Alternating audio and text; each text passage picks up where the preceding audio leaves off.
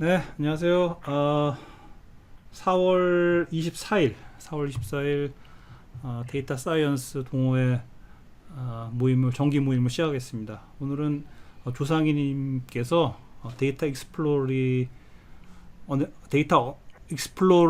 익스플로레터리 데이터 어널리시스를 설명을 해주시고 제가 뒤에 잠깐 보충 설명하는 걸로 하겠습니다. 예, 시작하시죠. 네, 네, 안녕하세요. 이번에 탐색적 자료 분석 발표 맡게 된 조상입니다.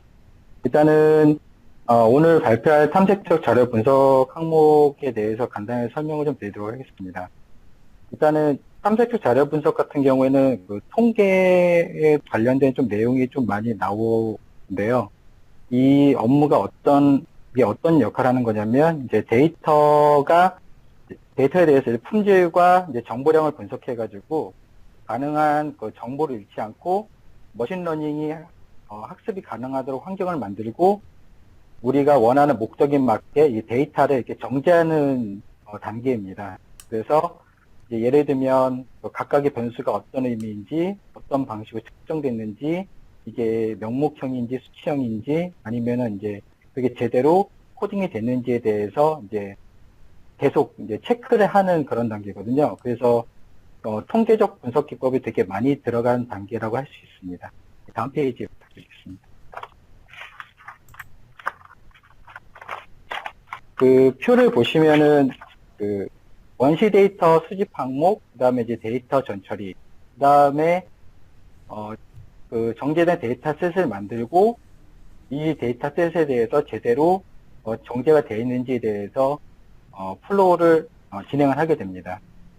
그래서 여기 항목에 보시면 정제된 데이터셋 다음에 탐색적 자료 분석을 하게 되고요. 거기에서 이제 분석한 자료를 가지고 다시 데이터 전처리를 하고 다시 정제된 데이터셋을 만든 다음에 하는 방법으로 계속 루틴 하고 해서 어느 정도 이제 알고리즘이나 모형에 적합할 정도가 되면은 그걸 가지고 그 데이터를 가지고 이제 모형과 알고리즘을 만드는 단계로 넘어가게 됩니다. 그래서 일반적으로 우리가 데이터 클렌징이라는 단계라고 생각하시면 좀 더 이해하시기가 쉬우실 것 같습니다. 네, 다음 페이지 부탁드리겠습니다. 이거는 이제 데이터 사이언티스트 거기 항목에서 나오는 그 주요 스텝을 말씀드리는 건데요. 첫 번째 그 데이터에 대해서 이제 주요 특징을 서머라이징을 하고, 그 다음에 이 데이터셋에 대해서 이해를 하고, 그 다음에 드러나지 않은 관계도에 대해서 변수 간의 이제 관계도에 대해서 이제 체크를 하고, 그 다음에 그 중요한 이제 변수에 대해서 이제 추출하는 이제 그런 역할로 해서 EDA를 진행하게 됩니다. 그래서 이제 중간에 보시면 What are the characteristics that have the most impact on the car price? 차 가격에 제일 영향을 주는 요소는 어떤 것인가에 대해서 이제 전체적으로 이렇게 설명을 좀 드릴 거고요. 이 항목을 가지고 이제 간단하게 좀 설명을 좀 드리도록 하겠습니다. 네, 다음 페이지로 부탁드리겠습니다. 일단 그 탐색적 자료 기법에 대해서 기본적으로 이제 사용하는 부분이 이제 디스크립티브 스태티스틱스라고 해서 우리가 이걸 기술 통계라고 부릅니다. 그래서 일반적으로 저희가 보는 뭐 평균, 뭐 분산, 표준 편차, 뭐 이런 형태에 대해서 이제 데이터를 추출해서 체크하는 부분이고요. 이거는 가장 통계의 기본적인 그 분석 항목입니다. 그리고 두 번째는 이제 그룹 바이 형태가 있고요. 그룹 바이 형태 같은 경우에는 분집 단위로 어떻게 그룹을 지을 것인가에 대한 이제 그런 항목에 대해서 진행을 합니다. 그 세 번째, 그 아노바라고 나와 있는데요. 아노바는 이제 일원 분산 분석법이라고 해서 두 집단 간의 분산에 대한 차이가 있는지 없는지 이제 그거를 분석을 하는 기법입니다. 그래서 이거는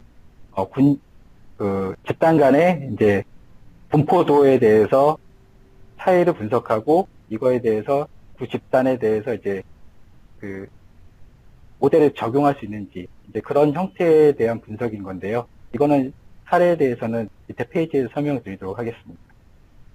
그리고 네 번째 이제 코렐레이션 같은 경우는 이제 상관관계라고 그래서요.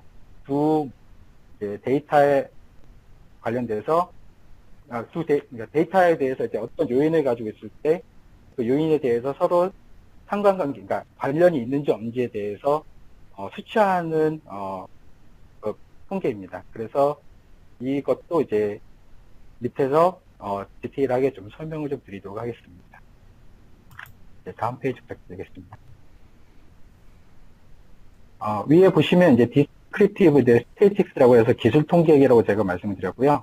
아까 여기 이제 파이썬에서 파이썬에서 이거를 수행하려면 데이터 관련돼서 이제 데이터를 정제된 데이터를 가지고 위에다가 데이터셋에 대해서 이제 describe라는 항목을 명령문을 넣으면 count, mean, std, minimum, 그 다음에 25%, 50%, 75%, x 이렇게 총 8개 값이 나옵니다. 각각의 좀 설명해 드리면 counting은 개수를 의미하고요. mean은 숫자, standard는 표준 편차, 그리고 minimum은 최소값, 그리고 max는 최대값인데요. 거기에 보시면 25%, 50%, 75% 이렇게 되는데 이거를 4분위수라고 합니다. 통계 용어로. 그래서 25%는 1, 4분위수, 그 다음에 75%는 3, 4분위수, 50%는 미디언 값이라고 얘기를 합니다. 그래서 이 데이터셋이 얼마만큼 퍼져 있는지에 대해서 확인할 수 있는 좋은 그 정보의 모음이라고 할 수 있겠습니다. 네, 다음 페이지 부탁드리겠습니다. 이거는 이제 그 파이썬에서 각각의 그 밸류 값에 대해서 카운트를 확인할 때 사용하는 거고요. 그 데이터셋을 만들고 나서 뒤에 그 밸류 언더바 카운트를 하게 되면 각각의 그 묶음으로 이제 카운트에 대한 항목을 보여주게 됩니다. 우리가 일반적으로 생각하면 이제 어떤 그룹에 대해서 이제 SQL로 따지면 select하고 count, asteris크라고 이해하시면 될 것 같습니다. 뒤에 다 그룹 파일 넣고요. 그래서 그런 형태들을 이해하시면 이런 좀 이해하기가 쉬우실 거고, 지금 같은 경우는 이제 그룹 파일 형태에서, 죄송합니다. 카운트 형태로 이제 보여주는 형태를 파이썬으로 구현해 놨습니다. 네, 다음 페이지 부탁드리겠습니다. 네, 이거는 이제 박스 플롯이라고 그래서 아까 그 기술 통계 량에 관련돼서 그 아까 말씀드렸던 최대값, 최소값, 그 다음에 그 중앙값, 3, 4분위수, 1, 4분위수 이거 관련돼서 이제 그 박스 플롯을 나눈 건데요. 이 박스 플롯을 하는 이유는 그 아웃라이어, 극대값을 확인하기 위해서 주로 이걸 많이 사용합니다. 그래서 왜냐하면 통계라는 게 이제 물론 정보에 관해서 분석을 하는데 극대값이 너무 심하게 있거나 그렇게 되면은 정보에 대한 왜곡이 있을 수 있기 때문에 이 극대값을 반드시 확인하고요. 나중에는 이 극대값을 빼고 이제 분석하는 단계를 또 진행을 하게 됩니다. 그래서 맨 처음에 이렇게 박스 플롯을 통해서 극대값을 먼저 확인하고요. 여기 파이썬 같은 경우에는 이제 박스 플롯을 하게 되면은 이렇게 색깔을 줘서 이렇게 표현이 됩니다. 그래서 그 개념으로 좀 이해하셔가지고 위에서 밑에까지가 이제 가운데 바운더리고 위에 점점들이 아웃라이어라고 보시면 될 것 같습니다. 네, 다음 페이지 부탁드리겠습니다. 네, 이거는 통계용어로는 산포도라고 그러고요. 얼마큼 흩어져 있는지를 이제 보는 건데요. 일반적으로 그 퍼져 있는 정도에 대해서 이제 독립변수와 종속변수를 가지고 이제 표현을 하게 됩니다.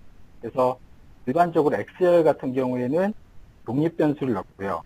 그 다음에 Y열은 종속변수였는데 독립변수의 경우에는 연구자가 의도적으로 변화시키는 변수, 그러니까 이 값을 가지고 결과값을 확인하고 싶을 때 X에다 독립변수를 넣고요. 종속변수는 독립변수에 따라 변화하는 값을 알고 싶을 때 이제 Y열에다 넣고 종속변수를 해서 확인을 합니다. 그래서 이거는 일반적으로 이제 이 X와 Y열에 대해서 얼마큼 연관관계가 있는지에 대해서 확인하는 거고요. 이때 그래프를 보시면은 약간 오른쪽 위로 이제 그 추세선이 보이는데 이거 같은 경우는 이제 약간 양의 상관관계가 있다라고 얘기할 수 있습니다. 네, 다음 페이지 부탁드리겠습니다. 네, 이거는 아까 말씀드렸던 두 번째 단계 이제 그룹핑에 관련된 내용인 거고요. 이거는 사용하실 때는 그 파이썬 관련돼서 그룹에 대한 이제 용어만 이해하시면 될 것 같습니다. 그 밑에 보시면은 좀 약간 제가 조그맣게 보여서 잘 안 보이실 수도 있는데, 그 드라이브 휠, 그러니까 사륜 구동이냐, 뭐 전륜이냐, 후륜이냐에 따라서 그룹을 만들어 가지고 그 뒤에 대한 정보를 보여주는 표입니다. 그래서 이거는 이러한 명령어가 있다라고만 이해하시면 될 것 같습니다.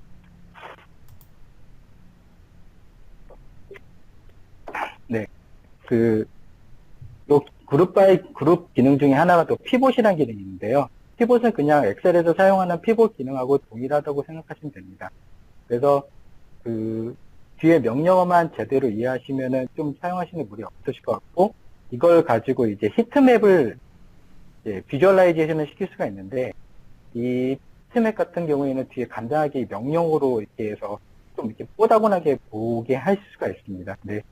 저 시맵이라는 부분을 제가 찾아봤는데 좀 자세하게 설명이 안 나와 있더라고요. 혹시 저 부장님 이거 혹시 아시는 칼라맵이에요, 설명 칼라맵. 있을까요? 칼라맵이에요? 예, 그래서 오른쪽에 여기 네. 붙어 있는 게 이게 지금 칼라로 표시된 게 여기 그래서 예, 여기 가격이 여기서 네. 이게 지금 보면은 뭐죠? 이게 뭐 유벤타일이에요, 두벤. 하여튼 이 형이면서 후륜 구동이 이제 제일 비싸게 이렇게 되고 그래서 예, 그래서 가격하고 제가 비슷한 거죠. 추측하고는 예, 레드하고 블루 이렇게 해가지고 레드, 블루 이렇게 좀 생각이 드는데 여기 레드. 명확하게 예. 저거 네 그렇게 좀 레드하고 블루를 가지고 이렇게 히트맵을 만들었다고 생각이 들어요. 저 C맵에 들어간 옵션이요. C맵은 그래서 예, 종류가 여러 가지가 있어요. 네, 그래서 어쨌든 네, 이거는 그냥 많이 쓰는 것 중에 하나고. 네. 네, 다음 페이지에 보겠습니다. 네, 이제 되게 중요한 항목들이 나오는데요. 코릴레이션이라고 혹시 들어보셨는지 모르겠습니다. 혹시 박덕길님 들어보셨나요? 코릴레이션? 아, 예, 들어는 봤습니다. 네, 역시 박덕길님이십니다. 예. 네, 코릴레이션 대해서 간단히 좀 설명을 좀 드리겠습니다. 그 코릴레이션 같은 경우에는 이제 그 데이터에 관련돼서 그 요인 간에 그 특징 간에 이제 얼마나 상관관계가 있는지에 대해서 추정하는 거고요. 여기는 좀 표시를 제가 좀 디테일하지 않았는데 일단은 상관관계를 하려면 데이터가 정규분포라는 좀 가정을 가지고 진행하는 게 좀 정확합니다. 물론 이제 정규분포가 아니어도 가능하긴 한데요.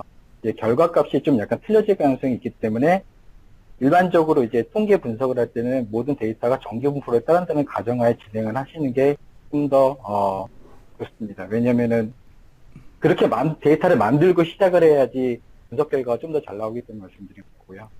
그래서 뭐 선형성을 가지고 있다던가, 선형성이라는 건 이제 직선화 형태로 되어 있는 거고요. 그 다음에 동변량성, 비슷한 분포를 가지고 있는지, 그 다음에 그리고 이제 정규 분포를 따르고 있는지 이런 거를 이제 다 정제를 하고 나서 코릴레이션을 하시면 좀 더 적합한 값을 가질 수가 있습니다.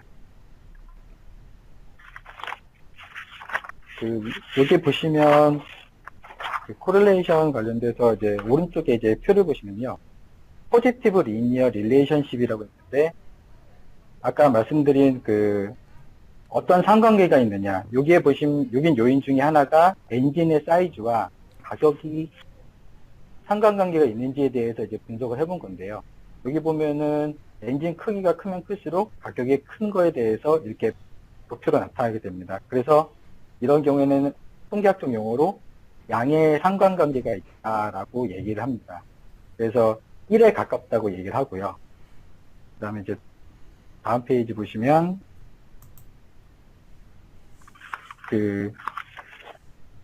여기는 하이웨이 MPG라고 되어 있는데요. 이거는 고속도로 마일즈 퍼 갤런, 그래서 우리로 따지면 연비입니다. 그래서 연비와 가격에 대해서 상관관계가 있는지 이제 그거에 대해서 얘기했는데, 연비와 가격은 이제 음의 상관관계가 있습니다.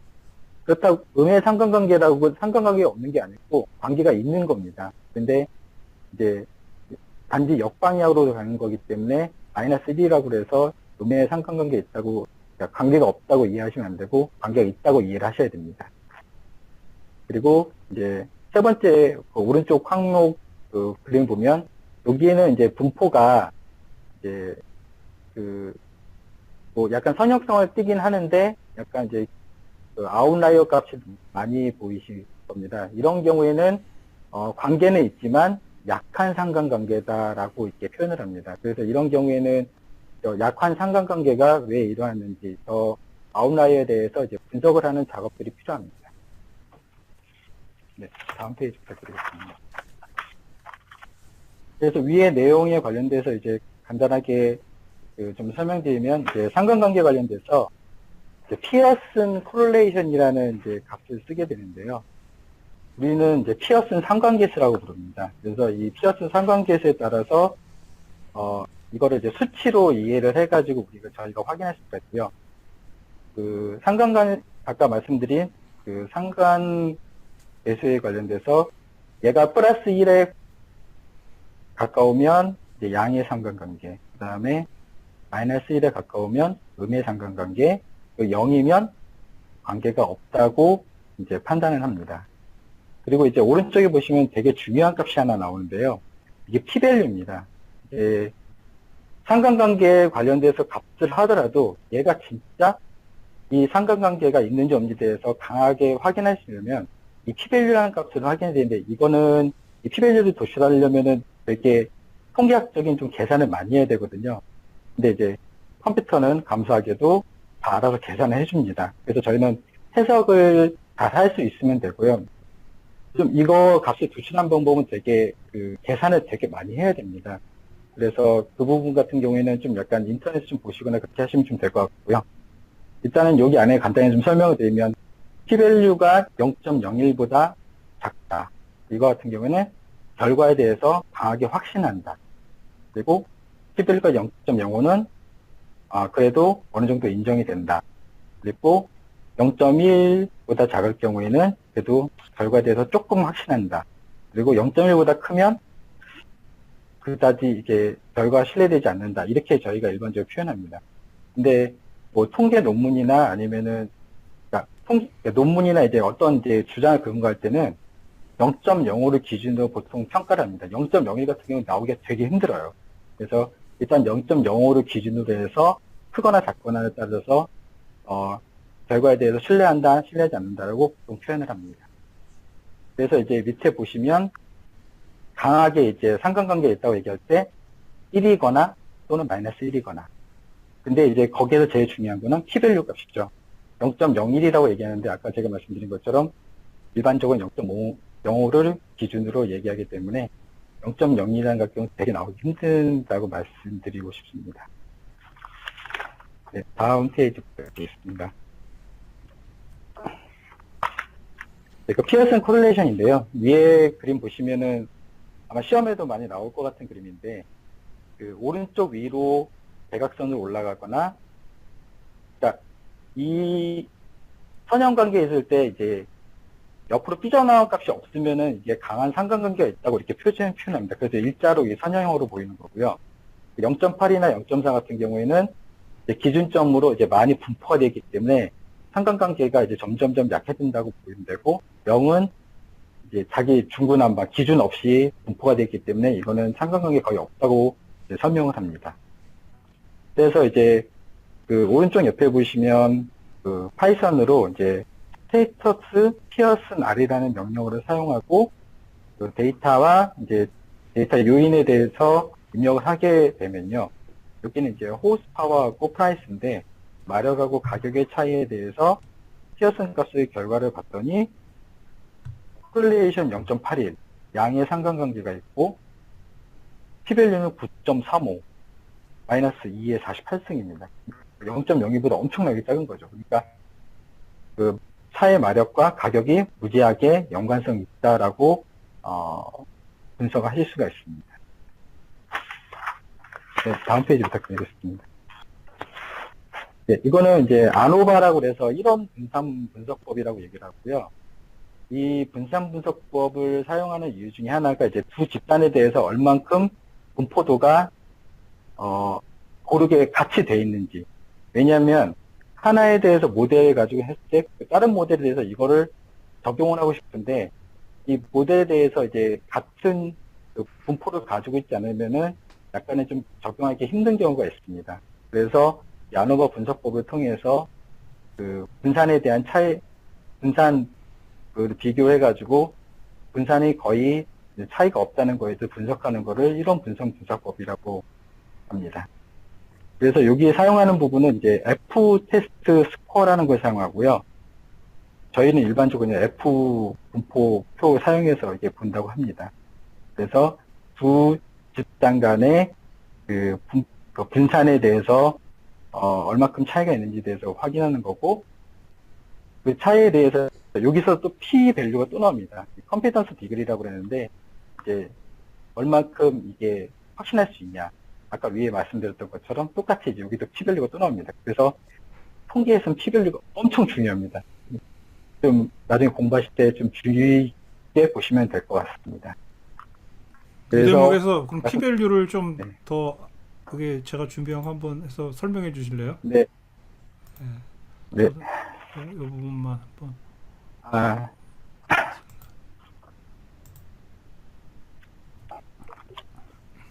아, 예. 이거는 위에 이제 T-테스트, 이제 F-테스트 이렇게 말씀하셔가지고 얘기하시는데, 원래는 통계에 대해서는 이제 지무가설하고 대립가설, 그러니까 차이가 있냐, 없냐, 이제 그걸 가지고 그 가설에 대해서 이제 맞는지 안 맞는지 이제 맞는지 안 맞는지를 이제 판단할 수 있는 이제 통계학적 이제 분석 결과가 필요합니다. 그래서 지무가설은 현재 내가 주장하는 거, 대립가설은 딴 사람이 주장하는 거, 이제 이렇게 좀 이해를 하시면 돼요. 그러니까 어느 게 맞는지 안 맞는지에 대해서 하는 건데, 여기에서 이제 P-밸류가 0.05보다 작다. 그러면은 지무가설이 틀렸다라고 이제 컨피던스라고 얘기하는데요.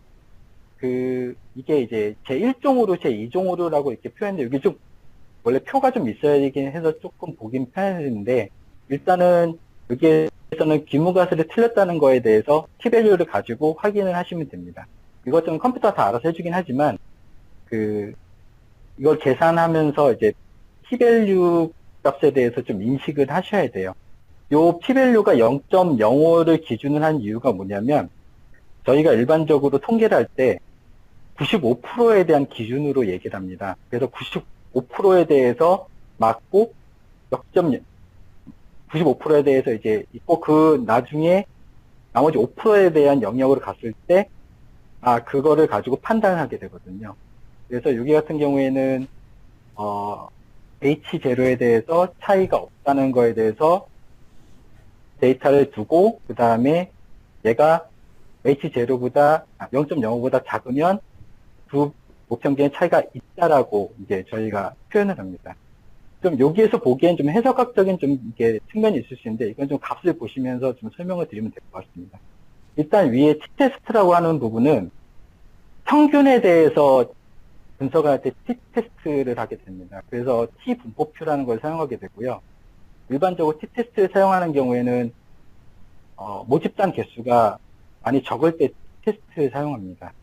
모집단 개수가 크면은 이제 정규분포표를 좀 많이 사용하게 되는데, 일단은 T-테스트는 평균에 대한 분석을 할 때, 차이 분석을 할 때 사용한다고 이해하시면 되고요.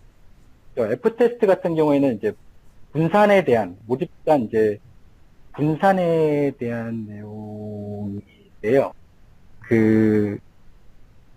일단은 이제 요건 이제 평균 차이가 있다 없다 이렇게 말씀하시는데, 죄송합니다.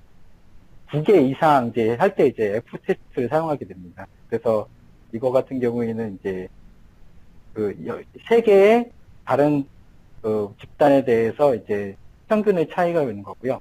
거기에서 이제 F-밸류를 보고 그 내에 차이가 있는지 없는지 이제 그걸 보게 됩니다. 여기서도 P-밸류를 봅니다. 그래서 P-밸류를 보셔가지고 0.05보다 작으면 그룹의 차이가 있다. 차이가 없다. 그렇게 얘기할 수 있고, 0.05보다 이제 크면은 차이가 있다. 이런 형태로 이제 이해하실 수가 있습니다. 네, 다음 감사합니다. 페이지. 제가 네.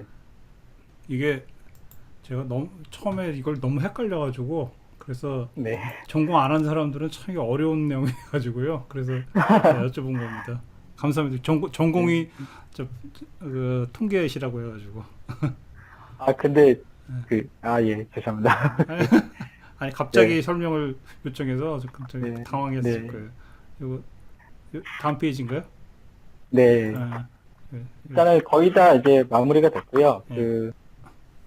왼쪽에 이제 F테스트 하고 이제 오른쪽에 F테스트 관련돼서 아까 얘기했던 이제 분산에 관련된 이제 차이를 보이기 위한 표입니다. 그래서 왼쪽을 보시면은 평균은 비슷한데 분포가 좀 약간 틀리고요. 분포가 많이 떨어져 있습니다. 그리고 오른쪽 보시면 분포가 그룹 1과 그룹 2가 많이 유사하다고 보이실 겁니다. 그래서 이제 왼쪽 같은 경우에는 F값이 작고요. 그 의미는 이제 약한 상관관계가 있다라고 이제 표현할 수가 있습니다. 그리고 오른쪽 같은 경우에는 F값이 크게 나올 거기 때문에 이제 그 강한 상관관계가 있다. 이런 형태로 이제 설명할 수가 있죠. 다음 페이지 부탁드리겠습니다. 이 표는 아노바 관련돼서 지금 밑에 제규어와 이제 혼다에 관련돼서 이제 분산 분석을 하려고 하는 건데요. 이거는 그냥 제규어 가격이 크고 혼다는 그렇게 작지 않은데 이제 분산이 어떻게 같은지 어떻게 차이 있는지에 대해서 이제 분석을 해보려고 하는 건입니다. 그래서 이제 다음 페이지를 보시면 분석에 대한 결과가 나왔습니다. 그래서 위에 혼다와 이제 스바루 관련돼서 이제 메이커 이제 가격에 대한 이제 분석을 해봤는데 F 값이 되게 작습니다. 이 의미는 혼다와 스바루는 가격에 대한 분포가 작다는 거죠. 그러니까 왜냐면은 혼다의 분포와 스바루의 분포가 각각 틀리다는 얘기입니다. 그런데 밑에 보시면 혼다와 제규어가 있는데요. 혼다와 제규어는 F가 되게 크게 나옵니다. 이 의미는 뭐냐면 혼다의 가격 분포도와 제규어의 가격 분포도가 거의 유사하다는 걸 의미합니다. 그래서 혼다에 사용한 모델을 제규어 쪽에서도 사용하기 용이하다는 거에 대해서 이제 주장을 할 수 있도록 이제 뒷받침해 주는 거죠. 그래서 아까 말씀드렸던 것처럼 F테스트, 그러니까 이거는 분산 분석이라고 하는데 이제 각각 샘플 내에서 변동에 대한 변동 비율을 계산하고요. 그 다음에 그게 통계적으로 유의한지를 여부를 결정하는 게 이제 P-밸류입니다. 그래서 0.05보다 작으면 유의하다. 오른쪽 같은 경우에는 밑에 혼다 제규어 같은 경우에는 1.0하고 2의 마이너스 11승이기 때문에 이거는 통계적으로 되게 유의하다고 할 수 있고요. 위에 같은 경우에는 P-밸류가 0.66인데 이 정도면 좀 약하게 상관관계가 되게 약하다라고 할 수가 있습니다. 이상입니다. 네, 근데 그럼 질문이 있는데요. 네. 그러면은 이게 지금 이제 우리가 메이크라고 하는 피처잖아, 변수잖아요. 우리가 네. 결국 목적은 이제 프라이스를 우리가 잘 예측하기에 적당한 그 뒤에 이제 예제 많이 나오겠지만 30몇 개씩 되는 엄청나게 많은 변수 중에서 그걸 다 돌릴 수가 없으니까 프라이스하고 상관관계가 있는 이제 몇 개의 변수를 고르자는 거잖아요. 그래서 아까 이제 그 앞에서 수치 같은 수치 변수 같은 경우는 이제 뭐 그렇게 하는 게 나오는데 요거는 보면은 수치가 아니라 이제 노미널 베리어블이잖아요. 범주형. 그래서 스바르다 모다인데 그럼 이렇게 이 메이크라고 하는 변수에 뭐 혼다 스바르라고 하는 이제 그 변수 값은 그룹은 별 상관관계가 없고 프라이스하고 그다음에 제규어라고 하는 거는 상관관계가 많고 그러면 이 메이크라고 하는 변수를 넣어야 되는 거예요? 빼야 되는 거예요? 결론적으로? 아니요, 이거 넣어야 되고요. 혼다 아까 위에 아노바 그 그림에 보여드렸던 것처럼 그 밑에 보면은 각각의 그 회사 여기? 예. 여기요? 회사 이제 메이커가 있습니다. 그 네. 밑에 보면 뭐 푸조도 있고요. 예. 그다음에 도 있고 뭐 볼보도 있고 이렇게 있습니다. 예. 이 아까 얘기했던 이제 모델이 그러니까 얘네들이 프라이스라는 항목에 대해서 다른 그 어떤 모델을 이제 하려고 했을 때 어떤 이제 값을 추출하려고 했을 때 예. 비교 대상이 이 모델에 적합하면 다른 모델에서 적합할 수 있는지에 대해서 이제 시도를 해보고 싶은데 그럴 때 이제 분산에 대해서 좀 적절하게 분포가 되어 있는 거에 대해서 체크를 하고 싶을 때가 있습니다. 그래서 그런 경우에 이제 이 아노바 분석법을 사용해 가지고 이제 확인을 하는 거죠. 그러면은 통계적으로 좀 용어가 어렵죠. 그러면은 이 예를 들어서 그 우연히 그러니까 일단 네. 그 제규어다 스루바다 뭐 혼다다 요것만 보면은 이제 뭐 가격하고의 상응해가 유의성이 있는 것 같은데 우연히 네. 이렇게 보니까 뭐 제규어는 어쩌다 딱 한 개가 들어가고 뭐 그래서 굉장히 편향됐다 데이터가 분포가 네. 뭐 그러면은 이제 그 이런 편향된 분포를 가진 그 노미널 변수를 넣으면 왜곡이 되니까 빼는 거예요? 보고? 네, 네. 아, 맞습니다. 그래서 분포를 본다고요? 예, 잘하셨습니다. 아, 네. 이제 이해가 되네. 그래서 데이터 클렌징 작업이 네. 통계학적으로 되게 중요한 게 그 극대값 때문에 이제 우리가 이제 보통 이제 선거를 할 때나 뭐 할 때나 이렇게 이제 예측하게 되는데 예측하기가 되게 어려운 거죠. 그래서 얘가 분석을 합니다. 얘가 왜 이렇게 극대값이 나왔는지. 그러니까 예를 들면 이제 되게 스페셜한 케이스인가 노멀한 케이스인가. 근데 노멀한 케이스라면 그게 극대값이 나올 수가 없거든요. 이게 정규 분포를 일반적으로 다 쫓아가기 때문에 그래서 걔를 이제 빼고 데이터를 분석을 합니다. 아, 알겠습니다. 다른 분 질문 네. 있으신가요?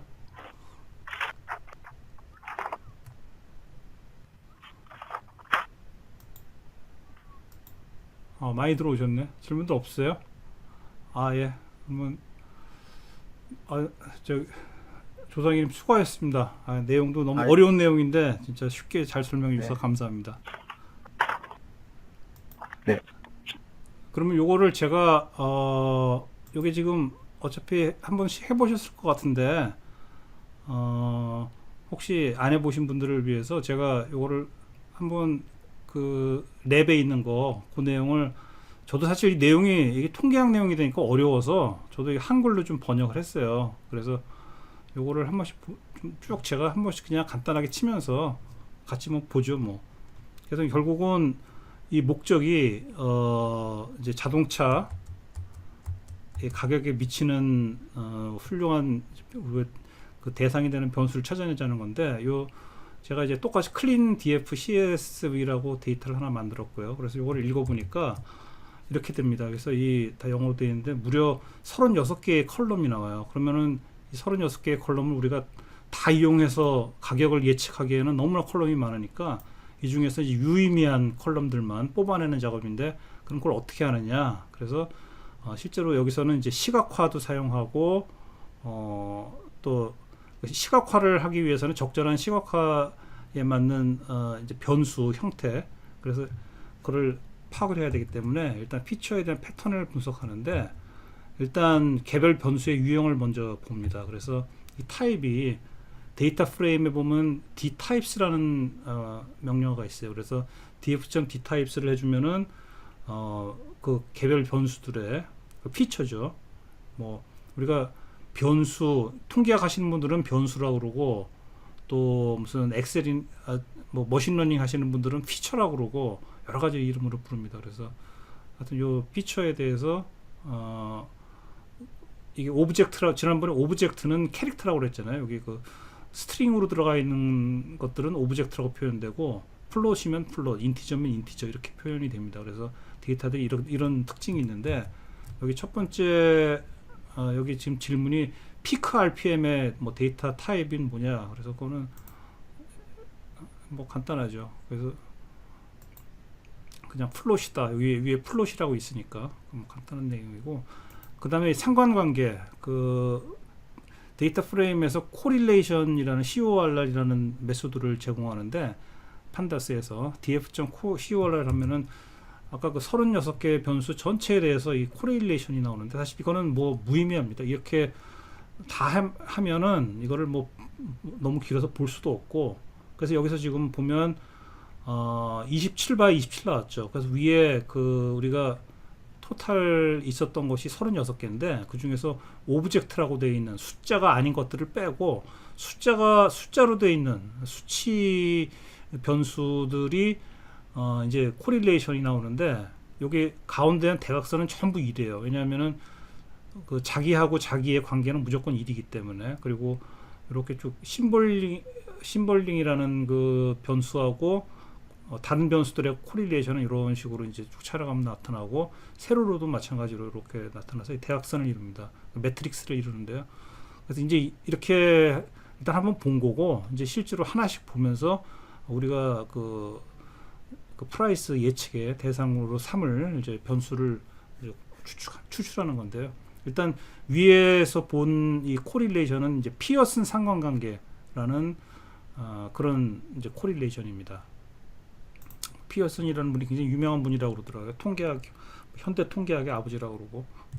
그다음에 그래서 이제 저기 너무 많으니까 여기서는 지금 3개만 골라봤어요. 보호하고 스트로크, 컴프레션 레이셔, 호스파워. 요걸 가지고 4개를 해봤더니 역시 마찬가지로 각 4개에 대해서 피어슨 코릴레이션이 나오는데, 대각선 부분은 다 자기하고 자기의 코릴레이션은 무조건 1이니까 1이고, 여기 보면 상관관계가 이런 건 뭐 호스파워, 마력하고 보호가 뭔지 모르겠는데 요거의 관계는 뭐 한 0.5 정도. 굉장히 스트롱한 릴레이션을 내는 건 별로 없네요. 좀 약한 릴레이션, 아까 설명드린 대로. 그 다음에 이제 그 변수가 2가지가 있는데, 연속 수치 변수라고 되어 있는 거는 일반적으로 이제 연속된 값이고, 그 여기 보면 뒤에 나오겠지만 뭐 이렇게 그 노미널 베리어블이라고 되어 있는 거는 그 명목상, 그 카테고리로 나눠지는 거는 노미널이고, 그래서 여기는 연속 수치 변수는 이제 인티저나 플로트로 표현을 하는 거고요. 그다음에 여기 양의 상관관계를 나타내는 게 나오는데, 이제 엔진 사이즈, 그 엔진 사이즈하고 가격하고는 2개를 해보니까 강하게 양의 상관관계를 보이더라. 그래서 이제 엔진 크기가 커짐에 따라서 가격이 상승하는 걸로 보이니까요. 그래서 이거는 가격 예측을 위한 좋은 이제 파라미터처럼 이제 일단 하나 이제 찾아낸 거고요.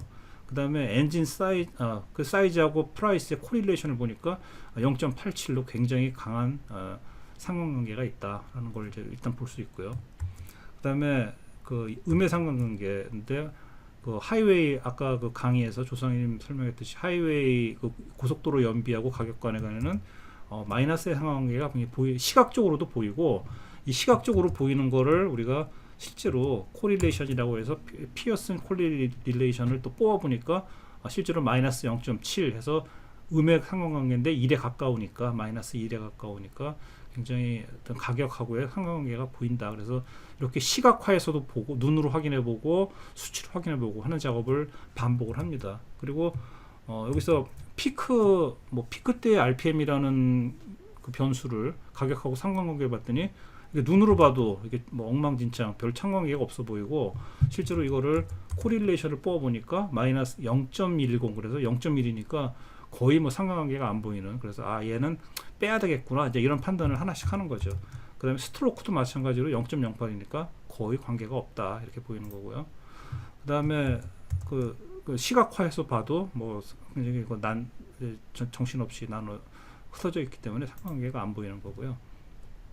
그 다음에 이제 범주형, 노미널 베리어블인데, 범주형 변수는 이제 오브젝트나 또는 이제 인티저로 1, 2, 3, 4로 나타낼 수가 있는데, 얘는 박스 플롯을 그립니다. 왜냐하면 이렇게 그 연속된 숫자가 아니라서 3포도를 그릴 수가 없기 때문에 이렇게 박스 플롯을 그려서 어떤 범위, 그 4분위수 범위에 이제 어떤 관계가 있느냐, 가격 대비 이렇게 해보면은 이제 여기에 그 보니까 이제 범주형이니까 바디 스타일, 차체 스타일이 아마 컨버터블 스타일이냐, 뭐 해치백이냐, 뭐 웨곤이냐, 뭐 이런 거 있나 보죠. 그래서 뭐 세단 스타일이냐. 그래서 이런 것들을 보니까 여기에 지금 보면 가격 분포가 다 중첩이 되더라. 그래서 어떤 바디 스타일을 선택하나 가격하고는 별 상관관계가 없는 걸로 이렇게 이제 보인다는 거고요. 이거는 범주형 변수들은. 근데 그 범주형 변수 중에서 이제 엔진 로케이션이라는 거를 엔진이 그 이제 앞에 있느냐 뒤에 있느냐 뭐 전륜 구동, 후륜 구동 같은데요. 전륜 후륜 구동 같은 경우에는 딱 눈으로 봐도 이 가격대가 전혀 다르죠. 그래서 이거는 그 연속형 이제 변수는 아니고 범주형 노미널 베리어블이지만 이거는 그 가격 예측하는데 굉장히 도움이 되겠다. 그래서 이런 거는 이제 예측 변수로 충분히 쓸 수 있다. 이제 이런 판단을 하는 거고요. 그다음에 여기도 마찬가지로 뭐 휠을 보니까 여기 가격대가 좀 다르잖아요. 그러니까 여기서 그 후륜 구동하고 전륜하고 사륜, 그러니까 전륜하고 사륜은 비슷비슷한 가격대인데 후륜은 가격대가 완전 다르니까 요 드라이브 휠이라는 변수도 베리어블도 가격 예측하는데 좋은 그런 이제 잠재적으로 가격 예측 변수가 되겠다. 이제 이렇게 판단하는 겁니다. 그래서 이제 그 아까 디스크립티브 설명적 그 통계 기술적이라고 그러죠. 설명전에 기술적이네. 하여튼 기술적 통계 분석인데요.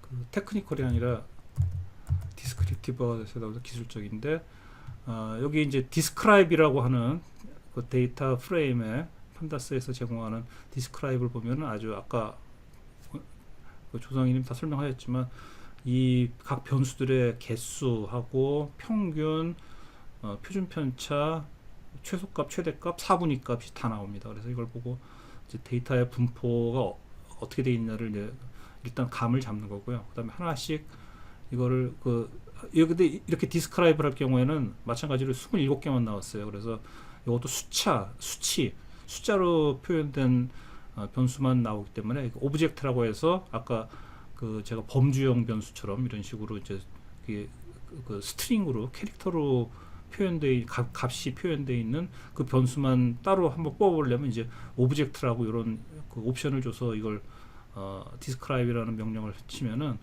여기 이제 카운트 하고 나오는데 이거는 뭐 미니멈 맥시멈 4분의 수가 없으니까 유니크한 값이 몇 개고 제일 많이 나오는 값이 몇 개고 이 제일 많이 나오는 값의 프리퀀시가 이게 도에다가 32번 나왔다. 뭐 이런 식으로 이걸 알려줍니다. 그래서 이걸 보고 이거는 뭐 거의 4가 너무 사기통인가 보죠. 4가 거의 대부분이네. 뭐 이런 걸 이제 판단할 수 있는 거죠. 이런 뭐 거의 MPFI라는 값이 절반은 되네. 뭐 이런 식으로 보는 거고요. 그다음에 이제 밸류 카운트는 각 하나하나 그 변수에 대해서 이 범주형 변수의 각 카테고리로 우리가 이제 값을 아직까지는 이제 우리가 카테고리를 안 준 거고 이게 만약에 우리가 나중에 머신러닝이나 이런 데 쓸 단계가 되면 그때 가면 지난번에 우리가 배웠을 때 그 원핫 인코딩이라고 배웠었습니까? 그 예를 들어 포워드 이런 말로는 쓸 수 없으니까 이거를 숫자로 표현해야 되는데 이걸 또 1, 2, 3 이런 식으로 주면 포워드와 리워드 이제 4WD 이거 간에 크기 관계가 생기니까 이거를 0, 1, 0, 뭐 001, 101 이런 식으로 핫 인코딩 일자 그 원하고 제로로 되어 있는 그런 매트릭스 형태로 바꾼다고 지난번에 설명드렸었죠. 그래서 그런 식으로 해야 되겠죠. 만약에 이게 가격 예측에 훌륭한 변수가 된다고 치면. 그다음에 드라이브 휠도 마찬가지로 이제 이렇게 됐는데 일반적으로 이렇게 보니까 이거는 굉장히 편향된 자료라는 거가 보이는 것 같아요. 어쨌든 그 분포가 고루고루 안 되고 그래서 어쨌든 그거는 밸류 카운트로 이제 요거는 뭐 특별한 건 아니고 보니까 이거를 드라이브 휠이라고 되어 있는 걸 이제 밸류 카운트라고 이름을 바꾸고 요 인덱스명을 이렇게 바꿔주는 그냥 간단한 그 데이터 프레임 판다스의 데이터 프레임 다루는 테크닉입니다. 그래서 똑같이 이렇게 그냥 나온 거를 이런 식으로 보기 좋게 우리가 알기 쉬운 식으로 컬럼 인덱스의 이름을 주고 컬럼의 이름을 바꿔주고 한 거고요. 그 다음에 엔진 로케이션 이 경우가 굉장히 편향됐죠. 거의 이거는 그 리어는 3개밖에 없고 다 프론트니까 이런 거는 사실은 별 의미가 없다. 그래서 뭐 이거가 가격 위치에 어떤 영향을 주는지는 잘 모르겠다 이런 거고요. 그 다음에 그룹핑 하는 거는 이제 유니크한 값, 이거는 이제 그 드라이브 휠이라는 거에 유니크한 값이 몇 개가 있느냐 이제 이거 나타내는 거고요. 그래서 그 유니크한 값별로 뭐 그룹핑을 하네요. 그룹핑을 해서 이제 그 가격의 여기는 평균 가격의 평균을 계산했고, 이것도 마찬가지로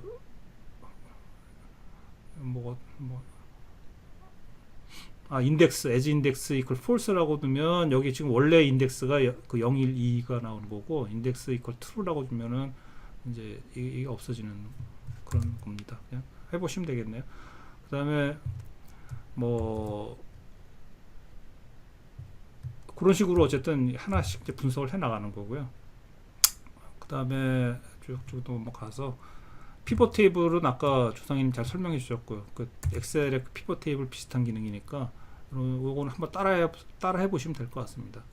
그 다음에 누락된 거, 미싱 밸류를 어떻게 처리할 건지. 그래서 그냥 피벗 테이블 만들면 NAN으로 나오는데 이렇게 fill NA 하면은 그 제로로 미싱 밸류를 채울 수 있고요.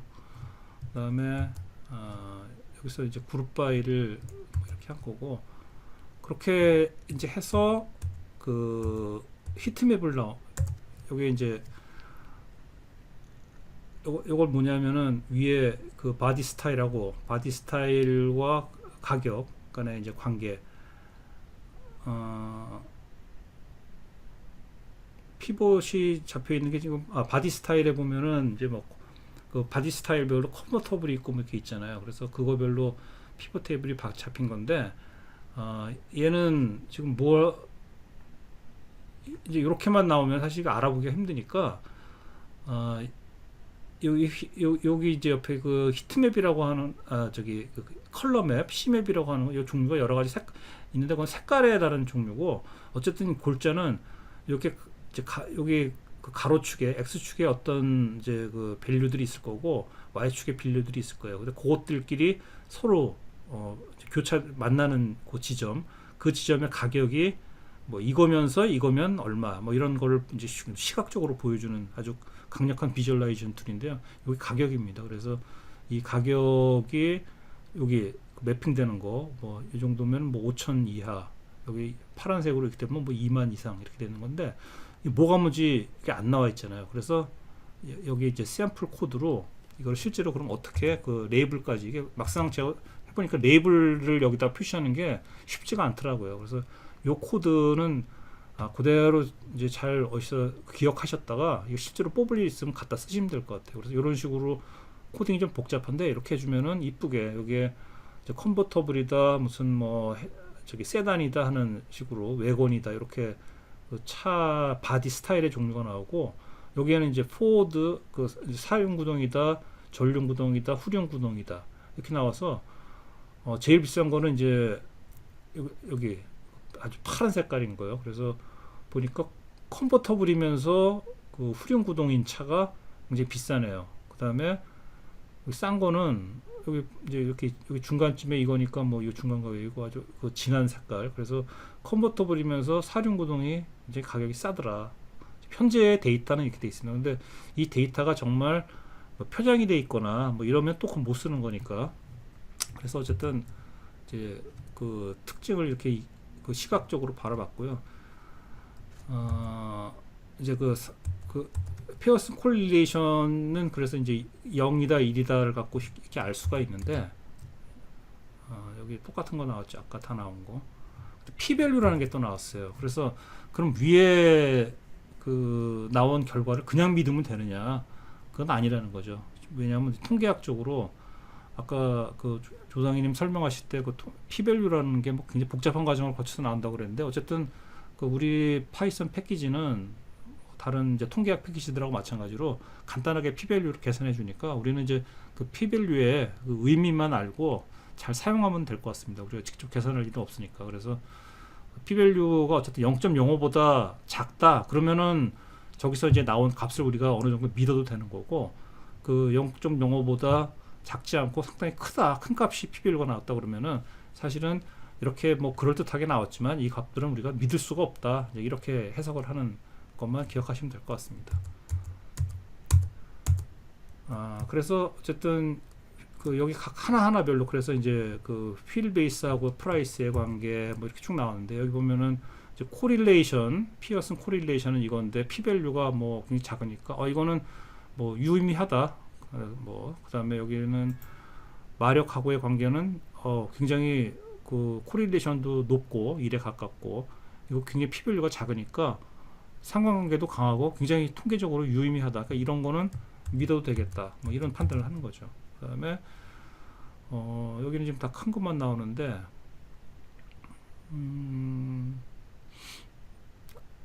여기는 뭐 지금 통계적으로 다 P-밸류가 큰 거 굉장히 작은 것만 나오네요. 근데 P-밸류가 굉장히 크다 그러면은 굉장히 그 무슨 그 코릴레이션 코에피션트가 뭐 크다 작다가 나와도 그거는 통계적으로 유의하지 않다. 그렇게 보는 겁니다. 그래서 아노바는 뭐 조상희님이 설명 너무 잘해줘서 제가 이걸 여기서 한번 쭉 이거는 그 내용들 하시면 될 것 같은데 결론적으로는 그래서 이런 과정을 거쳐서 이런 이제 여기 연속 수치 변수는 길이 너비 뭐 휠 베이스 보호까지 요걸 가지고 요게 이제 그 가격하고의 유의미한 관계가 있다고 우리가 결론을 내린 거고 카테고리 변수 노미널 베리어블은 구동륜 이제 이거를 갖고 가격 예측을 하면 되겠다라고 일단 이제 머신러닝 들어가기 전에 데이터를 전처리 단계에서 이렇게 본 그런 내용입니다. 굉장히 중요한 내용이고 사실 좀 통계학적 내용이 있어서 좀 어려운 것 같기도 하고요. 네, 저는 준비한 거 여기 끝났습니다. 질문 있으신가요?